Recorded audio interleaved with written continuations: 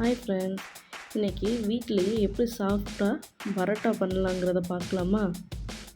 With chana குருமாவோட. வாங்க பரோட்டா எப்படி பண்ணுறாங்கன்னு பார்க்கலாம்.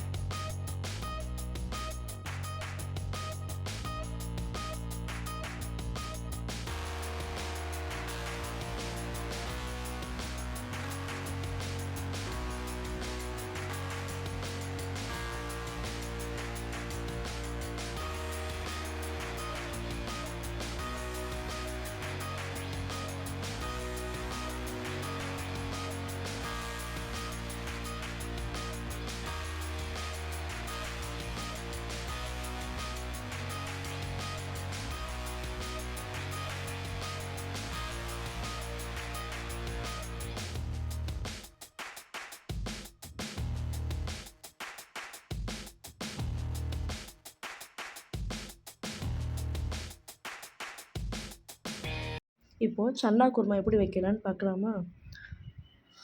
ஒரு பேனில் ஆயில் நல்லா ஊற்றிக்கலாம்.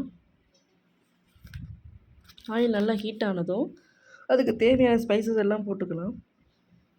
ஸ்பைசஸ் நல்லா பொரிஞ்ச உடனே நம்ம கட் பண்ண வெங்காயத்தை ஆட் பண்ணிக்கலாம். வெங்காயம் நல்லா சாட்டே ஆனதும் நம்ம கட் பண்ணியிருக்க தக்காளியை ஆட் பண்ணிக்கலாம். தக்காளி நல்லா வதங்கினதும் ஒரு ஸ்பூன் இஞ்சி பூண்டு பேஸ்ட்டு, அரை டீஸ்பூன் மஞ்சத்தூள், ஒரு டீஸ்பூன் மிளகாத்தூள், கொஞ்சமாக சன்னா மசாலா. இப்போ நம்ம வேக வச்ச கொண்டக்கடலை இதில் கொஞ்சம் சேர்த்துக்கலாம். இப்போ நான் கொஞ்சம் பாதியை பேஸ்ட்டு மாதிரி அரைச்சிக்கலாம். பேலன்ஸ் கொண்டக்கடலை போட்டு ஒரு ஸ்பூன் மிளகாய்த்தூள், அரை ஸ்பூன் மஞ்சத்தூள், அரை ஸ்பூன் கரம் மசாலா.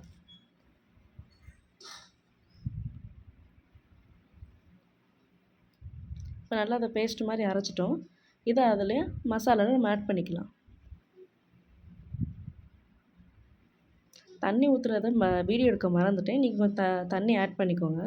இப்போ நல்லா கொதிச்சதும் கொத்தமல்லியை போட்டு இறக்கிட்டோம்னா hotel style chana kurma ready. பரோட்டாக்கு நல்ல காம்பினேஷனுங்க அது. தேங்க்ஸ் ஃபார் வாட்சிங். இந்த வீடியோ பிடிச்சிருந்தா லைக் பண்ணுங்கள், ஷேர் பண்ணுங்கள், சப்ஸ்கிரைப் பண்ணுங்கள். பாய்.